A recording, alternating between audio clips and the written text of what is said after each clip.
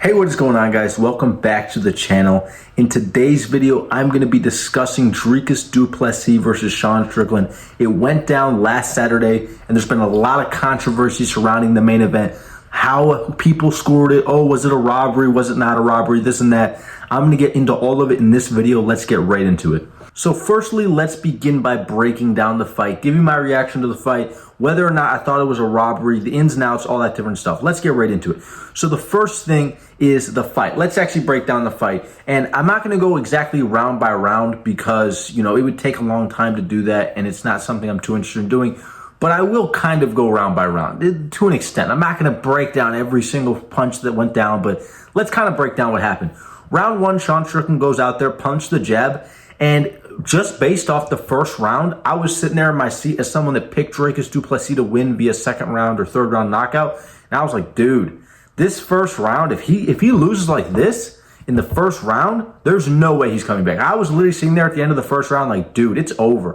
Dricus du Plessis is swinging wildly. He's going to gas out. Sean Strickland staying calm. He's on the back foot waiting for Dricus to gas out. And he's winning just with his jab. He's not even pressuring yet. Dricus isn't even gassed yet, and Dricus isn't having success. So I was like, dude, Sean Strickland's going to dominate him at the end of the first round. But in the second round, Dricus du Plessis actually came back and landed some good shots. I believe he landed some good body kicks. He might even, I think he went and landed some head kicks in this round as well. I know I'm like speculating a lot because my memory of the fight isn't perfect. I did rewatch the fight though, and I'm going to get into that when I discuss my scoring of the fight live versus after rewatching the fight. But Dricus landed some good shots in round one and clearly made it very close. Now, live, I was like, dude, Sean Strickland won the second round. The only round I scored for Dricus du Plessis live was the fourth round. I believe I also scored the third round for him live, but it was very, very close. I was very, very uneven. Like, the only round I definitively scored for Dricus du Plessis live was the fourth round. In the third round, Dricus du Plessis did more, though. He did more than he did in the second round, and Sean Strickland did less. Dricus du Plessis goes out there, lands nasty head kicks, nasty body kicks, lands a bit with the hands, but still Sean Strickland was able to pump the jab. He was landing the jab a lot. The fight was still very much a coin flip. It was very much a 50-50 fight. Dricus du Plessis goes out there, gets a couple takedowns as well. Fourth round, Dricus du Plessis, this is his best round by far, easily. And this is, other than the fifth round for Sean Strickland or the first round for Sean Strickland, this was the most definitive round of the fight and certainly most definitive round for Dricus du Plessis. In the fourth round, Dricus du Plessis goes out there, lands some nasty kicks, some nasty head kicks. He even gets some takedowns in this round as well. And he goes out there, and one combination he landed, he throws an overhand. And a lot of people have been speculating, oh, the only reason why Sean Strickland lost. I'm going to get into Sean Strickland's excuses, by the way. But he's talking about, oh, the only reason why I lost because of a headbutt. Dricus du Plessis cut Sean Strickland open with an overhand. The overhand goes, he lands it, and it cuts his eye open as it lands, and the cut gets progressively worse. And I don't doubt, maybe the headbutt elevated it. I still have yet to see a definitive angle from multiple different little views so I can definitively say it landed, because there's multiple strikes where it looks like it landed, and then you see another angle, and you're like, that strike didn't land? What are you talking about? It looked like, from the live angle when you're watching the fights, it looks like he lands a punch, and then you rewatch from another angle, and you're like, that punch never landed. It's crazy. A perfect example of this is Arman Tsarukyan versus Beneil Dariush. When we were watching the fight live, we were like, dude, Arman Tsarukyan knocked him out with a knee to the face. He grabbed his face and kneed him. And then we go and rewatch it. It was like, no, the knee didn't land at all. It was the right hand. You know what I mean? It was Arman Tsarukyan following up the right hand. Perfect example of this. And I'm not going to sit here and say that the headbutt actually happened or this and that until I see other angles. I would say this, though. I'm more confident the headbutt happened than not. And I don't doubt the headbutt did worsen the cut. I don't doubt that it made it worse. At the end of the day, Dricus du Plessis opened a nasty cut on Sean Strickland with an overhand that he landed. And it grazed the eye, cut him open, and did significant damage. Dricus du Plessis went out there, realized Sean Strickland was starting to get tired because Dricus du Plessis landed some nasty body kicks in this fight. And guess what? Those body kicks started affecting him. Sean Strickland started to gas out. Dricus du Plessis goes out there and puts it on Sean Strickland in the fourth round and ends up gassing out himself. And then in the fifth round, arguably the most decisive round of the entire fight other than the first or fourth round, Sean Strickland goes out there and basically throws the dinner plate at Dricus du Plessis, throws caution to the wind knowing Dricus is pretty gassed, and just starts wailing on him. Doesn't do a ton of damage. It wasn't like he was landing the nastiest shots ever, but he was just throwing the kitchen sink at him. A lot of it was landing on the guard, but he was still landing some nasty jabs. He was throwing like crazy overhands, and this is something I spoke about in my breakdown and prediction. Sean Strickland's looping shots, his overhands, his hooks, his uppercuts, they are some of the ugliest punches I've ever seen. The only punches Sean Strickland is good at throwing are the jab and the cross. That's it. Every other punch he throws, whenever he throws overhands, they look so ugly. And it's the same thing for Dricus. Even though Dricus is a little bit more effective with it than Sean Strickland, Dricus du Plessis at one point threw an overhand in this fight, and the Weasel actually broke it down. Go watch Weasel's video on this. He threw an overhand like this. There was no bend in his arm. There was no power. He literally threw an overhand like this and landed with this. Like, this was a sloppy fight to say the least, but it was still technical. It was technical behind the scenes if you truly pay attention to what was going on. I'm not trying to act like one of those hardcore guys like, oh, it was secretly a chess match. It was, but I don't want to be that kind of guy. I don't want to be the guy that talks like that to try to act like I'm smarter than everyone else that doesn't understand or whatever. I'm not going to act like that. This fight was certainly sloppy, especially in the 5th round. Dricus du Plessis throwing disgusting looping combinations and even having some success with them in the 4th round when Sean Strickland's vision was affected and he started to tire out. But at the end of the day, still kind of a sloppy performance from Dricus du Plessis. But nonetheless, he goes out there and he wins the fight via split decision to become the new middleweight champion of the world. Now let's get into how I scored the fight live. Live, I scored the fight either 4-1 Strickland or 3-2 Strickland. I don't exactly remember what it was, but I remember that I had Strickland winning. And I was saying I wasn't saying robbery right after it happened. I was saying dude, I feel like Strickland kind of won that one. You know what I mean? I don't like saying robbery. In fact, MMA Joey made a great video on this where he just talked about it, talking about how, Strickland versus du Plessis was not a robbery. And he made some excellent points in that video. I feel it's too often after every single UFC event where someone's favorite fighter loses or a beloved fighter loses, every single fan is in the comment section screaming, robbery, robbery. Do you guys not understand what the definition of a robbery is? If you're going out there and saying a fight was a coin toss, if you're saying it was a coin flip decision, it could have gone either way, it's very competitive, very close, it by definition cannot be a robbery. A robbery describes a fight that has a very clear victor, and in no way, shape, or form could you possibly give the win to the other fighter, and yet the judges still make the mistake and give the fight to the wrong fighter. That in no way, shape, or form describes Dricus du Plessis versus Sean Strickland, which was an incredibly close matchup and was by all definitions a coin flip decision. Now, how did I score upon rewatching the fight? I went back, I rewatched the fight, especially kind of rewatched a couple of times the rounds that were very close, rewatched a lot of sequences that were very close, and upon rewatching the fight, I scored it 3-2 for Dricus du Plessis. I think Dricus du Plessis landed the nastier shots. At the end of the day, you have to understand, the shots Sean Strickland are landing are jabs. He's moving backwards and throwing the jab.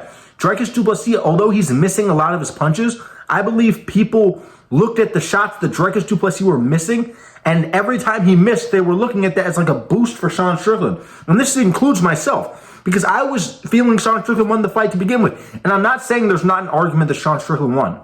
Sean Strickland has a very good argument to win this fight. I believe you can make the argument he won 4-1, although I would heavily debate that because I think the 3rd round was a Dricus du Plessis round. But I think there's a very good argument he went out there and won 3-2. There's a very, very good argument he won the 5th round, the 2nd round, and the 1st round. The 2nd round was one of the closest rounds in MMA history.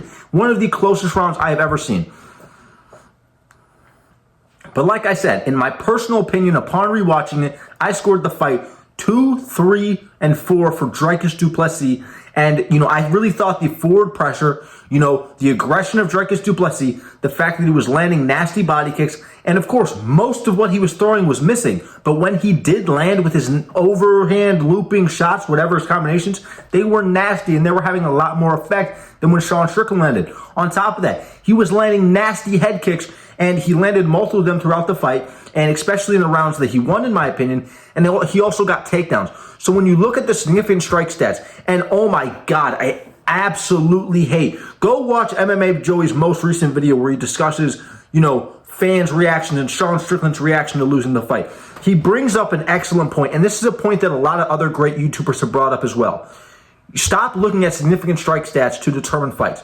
Think about it like this. If I go out there and land a nasty hard jab, nasty jab, Kamaru Usman jab, kind of stuns you a little bit. It's like I'm Gilbert Burns, I'm stunned for a second. That's a nasty shot. That's a significant strike. If I go out there and also land an overhand that literally has my opponent out on his feet, the fight's over, I've just done career-altering damage. That counts as one significant strike as well. So I'm sitting here, I'm wondering, how exactly is that indicative of damage? How are we going to, like, there's no metric. The Weasel does a good job of doing, light, medium, and heavy attacks for the way that he breaks down rounds and stuff. I think he does the best job of anyone in doing that. But at the end of the day, how are significant strike stats looking and just saying 10 significant strikes to 15? Oh, Sean Strickland clearly won. One, we don't even know who's tallying up those numbers. We don't have an official source. Like it says ESPN is doing it. Who's counting? Which guy that's employed by ESPN is counting those numbers? You know what I mean? On top of that, 10 strikes, 10 significant strikes, like I said, could mean 10 stiff jabs. It could also mean 10 overhands where your opponent gets dropped every single time. Does that mean that the 10 jabs is equal to 10 overhands? No, it's not. Not at all. But at the end of the day, people, my MMA fans, I absolutely hate this. They always complain in the comments every time. They either send verdict scorecards, they send media scorecards, or they start bringing up significant strike stats and saying, oh, you definitely won. Strickland definitely won. Look how many significant strikes you got for Dricus. That literally means nothing. I'm telling you right now, I do not care in the slightest how many significant strikes you got. If you were to go out there and land, 15, 25 crisp jabs on your opponent, and they're to land one overhand, one right hand that puts you under ash, that completely trumps all the damage done by the 15 jabs. But if you were to just look at the significant strike stats, it would say 15 versus 1. It would say that fighter A beat fighter B. That makes no sense. Stop using significant strike stats. Sean Strickland himself posted that and said something. He started crying. Oh my, I need to get into this. Sean Strickland is a literal crybaby, and Dricus du Plessis has broken him mentally. It is one of the most embarrassing things I've ever seen in my entire life. Joey put out a great video series where he talked about Sean Strickland's mental state after the trash talk from Dricus du Plessis, and I could not agree with him more. People are going to say probably I'm glazing Joey in the comments, this and that. Dricus du Plessis mentally shattered Sean Strickland. It's one of the most embarrassing things I've ever seen in my entire life. Before the fight, Sean Strickland's talking about Dricus du Plessis constantly making fun of him, calling his coach homophobic slurs, making fun of his coach and him for kissing and all this different stuff. All these different things, constantly attacking Dricus du Plessis. I'm not clutching my pearls. I can handle trash talk like that, because I'm not a pussy. You know what I mean? But there's all these people out here, they're going, oh yeah, go Sean Strickland. He's such a savage. He's so real for this. The moment Dricus du Plessis matches his energy, the literal moment, it took 30 seconds for Dricus du Plessis to shatter Sean Strickland's entire mentality. Because he was going around saying all this crap about Dricus, homophobic slurs. People are going to say I'm like some sort of soy incel leftist for saying that. I'm going to call it out when I have to call it out. And it's honestly ridiculous. Sean Strickland, people like to bring up the word leftist to mean oh, you're some type of beta male, which is one of the most pathetic phrases I've ever heard in my entire life. How are you going to literally call another grown man a beta or an alpha? That's just, that's homosexual to begin with. But they're going around, Sean Strickland saying all this stuff. Dricus du Plessis, all he says is, you think your dad beat you? I'm going to beat you. Your dad doesn't have anything on me. I'm going to show you what a real ass whooping looks like January 20th or whatever the fight was. He goes, that memory that you had where you're laying in bed in the dark and your dad comes into your room and beats the crap out of you, I'm going to bring that memory back into your head when I'm in the octagon with you.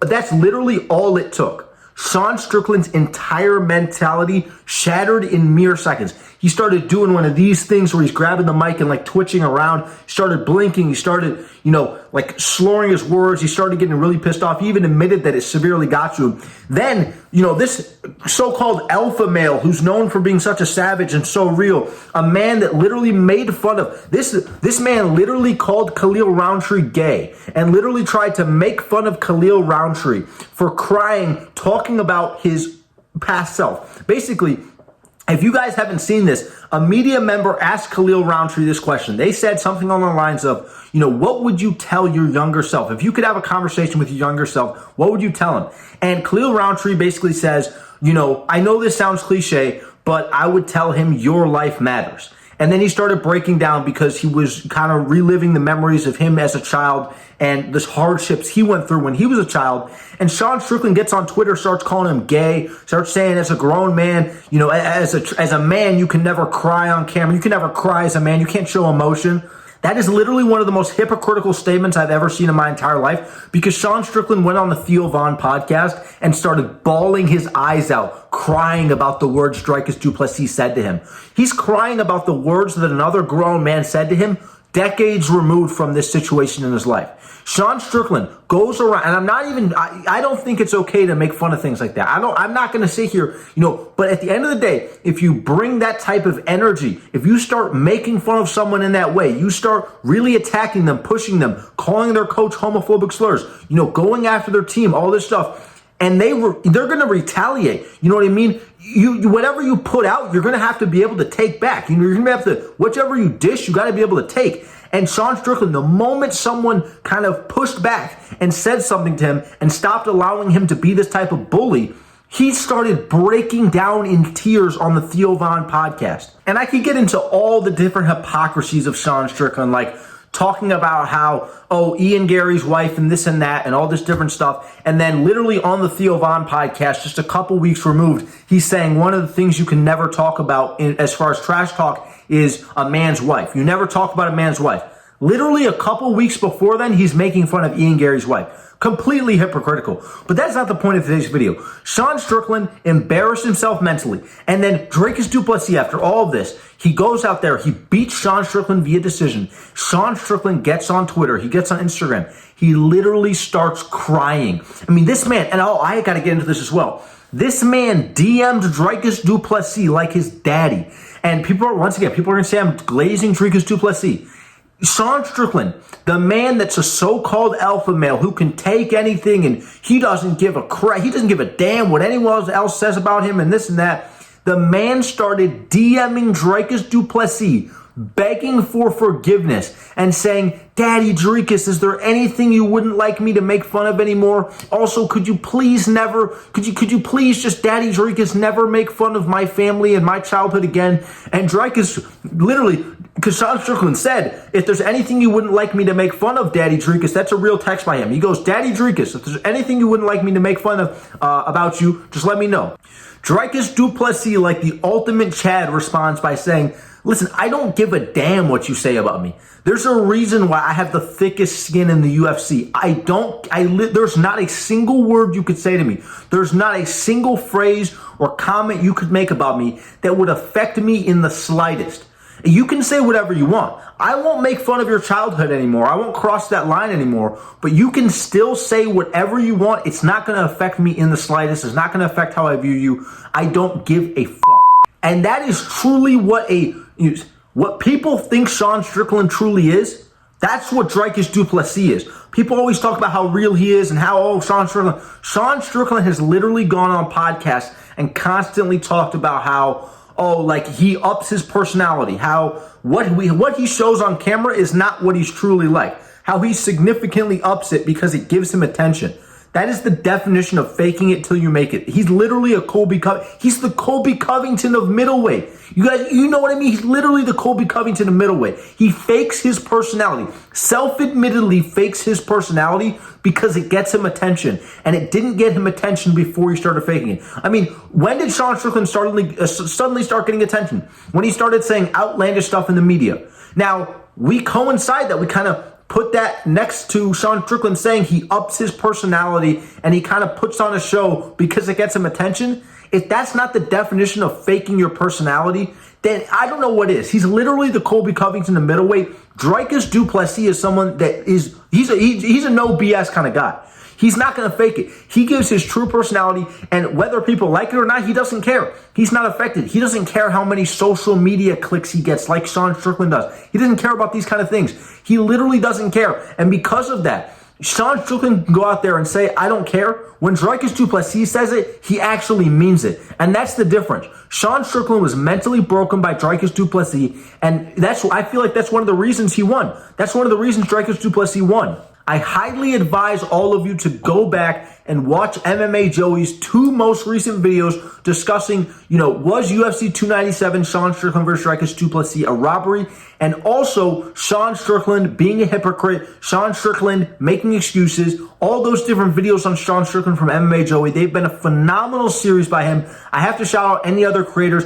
And guys, people are always going to say I'm glazing. This is just who I am. Anytime I have a friend that makes content that I would like to shout out, even if they have a bigger channel than me, I'm going to have the opportunity. I'm going to give the opportunity, and I'm going to take advantage of that and shout them out because I appreciate the work they've done. You guys can call it glazing all you want. I shout out tons of creators in all my videos. Shout out Lucas Tracy, Based MMA, MMA Joey, shout out Guru sometimes. Even though Guru has like 150,000 subs, I'm still going to shout him out. I shout out Weasel even. You know what I mean? But let me know what you guys think down below in the comments. Don't forget to leave a like, subscribe. Don't forget to turn notifications so you don't miss another upload. I will see you guys in the next one. Thank you so much for watching. Peace.